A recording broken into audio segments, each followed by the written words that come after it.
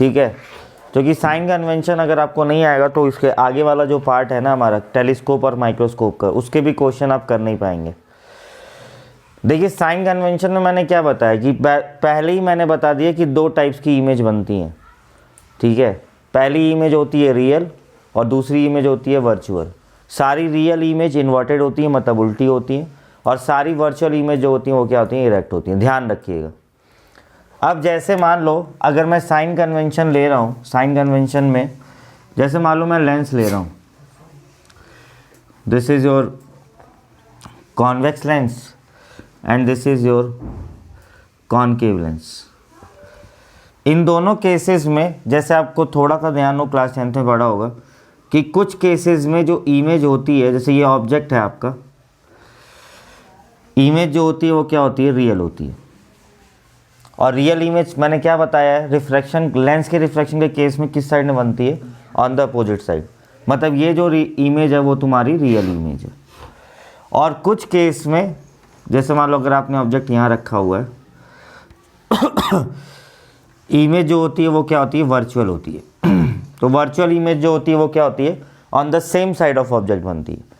तो उस टाइम पे आपको दिख रहा है ये वर्चुअल इमेज है और ये आपकी इरेक्ट है। अगर कॉन्वेक्स कॉनकेव लेंस की बात की जाए तो इसमें हर एक केस में मान लो ऑब्जेक्ट आपने कहीं पे भी रख दिया, इमेज हमेशा वर्चुअल होगी, मतलब सेम साइड में ही बनेगी, ये हमेशा इमेज वर्चुअल होगी, ठीक है। एक चीज़ और ये जानने की, याद रखने की ज़रूरत है कि कॉन्वेक्स लेंस के केस में जो वर्चुअल इमेज होती है वो बड़ी बनती है, लेकिन कॉनकेव के केस में जो वर्चुअल इमेज होती है वो क्या होती है, छोटी बनती है। आ गया समझ में। तो कभी कभार क्वेश्चन में मान लो तुम्हें लेंस नहीं दिया हुआ है और तुमसे ये पूछ रहा है कि मतलब तुम्हें क्वेश्चन में दिया हुआ है कि virtual image is half the size of object, तो आपको समझ में आ जाना चाहिए कि वो लेंस कौन सी यूज़ हो रही है, कॉनकेव लेंस यूज़ हो रही है। आ गया समझ में, क्योंकि कॉन्वेक्स के केस में वर्चुअल इमेज नहीं है। अब जैसे ये दो मैंने सारे केसेस डिफाइन कर दिए हैं, तो ध्यान रखिएगा। अब हम साइन कन्वेंशन ले रहे हैं। देखिए आपको ध्यान रखना है कि अगर मान लो in the direction of incident ray, यहाँ मैं एक्चुअल डायरेक्शन लूँगा, in the direction of incident ray आपको पॉजिटिव लेना है। In the direction of incident ray आपको क्या लेना है, पॉजिटिव। इसकी फोकल लेंथ इस साइड में लाई करती है और इसकी फोकल लेंथ इसी साइड में लाई करती है। क्लियर हो गया। तो हमने ये चीज़ पढ़ रखी है कि कॉन्वेक्स लेंस में फोकल लेंथ आपको पॉजिटिव लेना है और कॉनकेव के लेंस में फोकल लेंथ आपको क्या लेना है, नेगेटिव लेना है। तो इन द डायरेक्शन ऑफ इंसिडेंट रे मतलब जैसे रखी है ना इन द इंसिडेंट रे, तो अगर इधर जा रही है ना इन लाइट, तो इसका मतलब इस साइड लेंस के इस साइड में पॉजिटिव होगा और इस साइड में क्या होगा, नेगेटिव होगा। दूसरी चीज़ जो सिंपल कन्वेंशन आपको क्लास 10th में बताया जाता है वो भी आप यूज़ कर सकते हैं, लेकिन अगर एक से ज़्यादा लेंस यूज़ हुए ना तो वो फॉलो नहीं हो पाएगा। आ गया समझ में। एक से ज़्यादा लेंस अगर आ गए तो, क्योंकि एक से ज़्यादा लेंस आ गया तो ओरिजिन तुम कितने लोग को मानोगे, तो उस टाइम पे तुम्हें यही वाला कन्वेंशन यूज़ करना पड़ेगा। आ गया समझ में। जैसा भी न्यूमेरिकल आएगा तो हम कर लेंगे, क्योंकि देखिए बोर्ड में जो भी क्वेश्चन आता है वो सिंगल लेंस का कभी आया ही नहीं है, वो 1, 2 या 3 लेंस का आता है। क्वेश्चन बहुत सिंपल होगा लेकिन आएगा वो 1 से 2 लेंस का। तो जैसे अभी मैं सिंपल अगर कन्वेंशन देख रहा हूँ, तो जैसे आपको ये पॉजिटिव एक्स एक्सिस लेना है, ये नेगेटिव एक्स एक्सिस लेना है, ये पॉजिटिव वाई एक्सिस लेना है और ये नेगेटिव वाई एक्सिस लेना। क्लियर हो गया।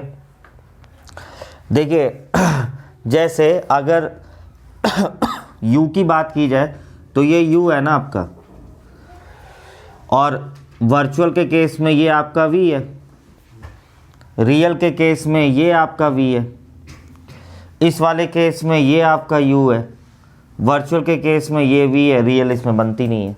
तो अगर आप साइन कन्वेंशन के हिसाब से देख रहे हो तो आपको दिख रहा है u इस साइड में लाई कर रहा है, इसीलिए फॉर कॉन्वेक्स या कॉनकेव दोनों के लिए u आपको क्या लेना है, नेगेटिव लेना है। कौन से फॉर्मूले के लिए, जो हमारा फॉर्मूला है ना 1/v - 1/u = 1/f, इस फॉर्मूले के लिए।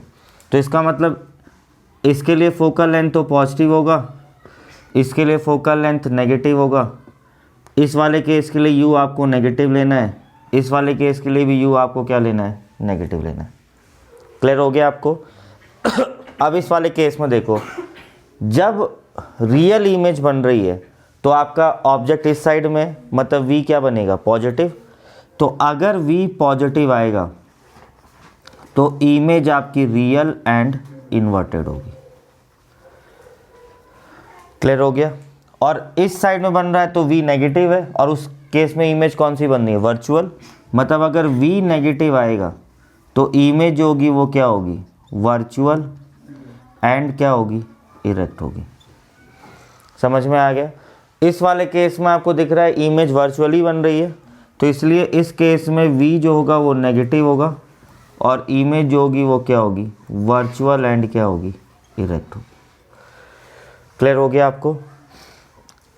मैंने मैग्नीफिकेशन बताया नहीं है, मैग्नीफिकेशन इसके बाद बता रहा हूँ। लेंस के केस में मैग्नीफिकेशन का जो फॉर्मूला होता है वो वही होता है, height of image upon height of object minus v by you नहीं होता है, v बाई यू होता है। क्लास 10th में आपने पढ़ा है, डिराइव करना है इसे यहाँ पे। क्लियर हो गया। इस वाले में मैग्नीफिकेशन भी देखना है। देखो जैसे अगर मैं रियल के केस की बात करूँ, रियल इमेज की, तो रियल इमेज तो उल्टी है ना, तो हाइट ऑफ इमेज तो नेगेटिव होगी क्योंकि नेगेटिव एक्सिस के लॉन्ग है, और हाइट ऑफ ऑब्जेक्ट क्या होगी, पॉजिटिव। तो नेगेटिव अपॉन पॉजिटिव क्या होगी, नेगेटिव। मतलब रियल के लिए मैग्नीफिकेशन तुम्हें क्या लेना है, नेगेटिव लेना है। समझ में आ गया आपको। आप खुद ले लीजिएगा, कोई बताएगा नहीं आपको क्वेश्चन में। समझ में आ गया ना, तो पूरा क्वेश्चन गलत हो जाएगा। दूसरा केस है वर्चुअल। वर्चुअल में आपको दिख रहा है ये आपकी हाइट ऑफ इमेज है, ये आपकी हाइट ऑफ ऑब्जेक्ट है। हाइट ऑफ इमेज भी पॉजिटिव एक्सिस के लॉन्ग है, हाइट ऑफ ऑब्जेक्ट भी पॉजिटिव वाई, मतलब दोनों ही पॉजिटिव होंगे। तो positive divided by positive that will be क्या होगा, पॉजिटिव। मतलब ये हाइट ऑफ इमेज भी पॉजिटिव होगा, हाइट ऑफ ऑब्जेक्ट भी पॉजिटिव होगा, मतलब मैग्नीफिकेशन क्या होगा, पॉजिटिव। मतलब वर्चुअल के केस में मैग्नीफिकेशन आपको क्या लेना है, पॉजिटिव लेना है। समझ में आ गया आपको।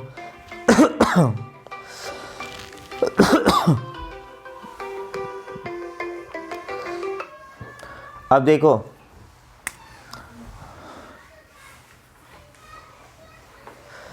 क्लियर हो गया आपको। अब इस वाले केस में आपको दिख रहा है कि ये सारी इमेज वर्चुअली हैं, तो इस वाले केस में वर्चुअल इमेज के लिए मैग्नीफिकेशन क्या होगा, पॉजिटिव। तो इस लेंस के लिए आपको मैग्नीफिकेशन हमेशा क्या लेना है, पॉजिटिव लेना। समझ में आ गया। अब एक लास्ट केस बता रहा हूँ। अगर वर्चुअल ऑब्जेक्ट रहा दोनों ही केसेस में, बहुत टफ न्यूमेरिकल्स में ही वो सब आ सकता है, क्योंकि देखो u तो नेगेटिव था ना, लेकिन दोनों ही केस में बता रहा हूँ, अगर वर्चुअल ऑब्जेक्ट के केस में u पॉजिटिव हो जाएगा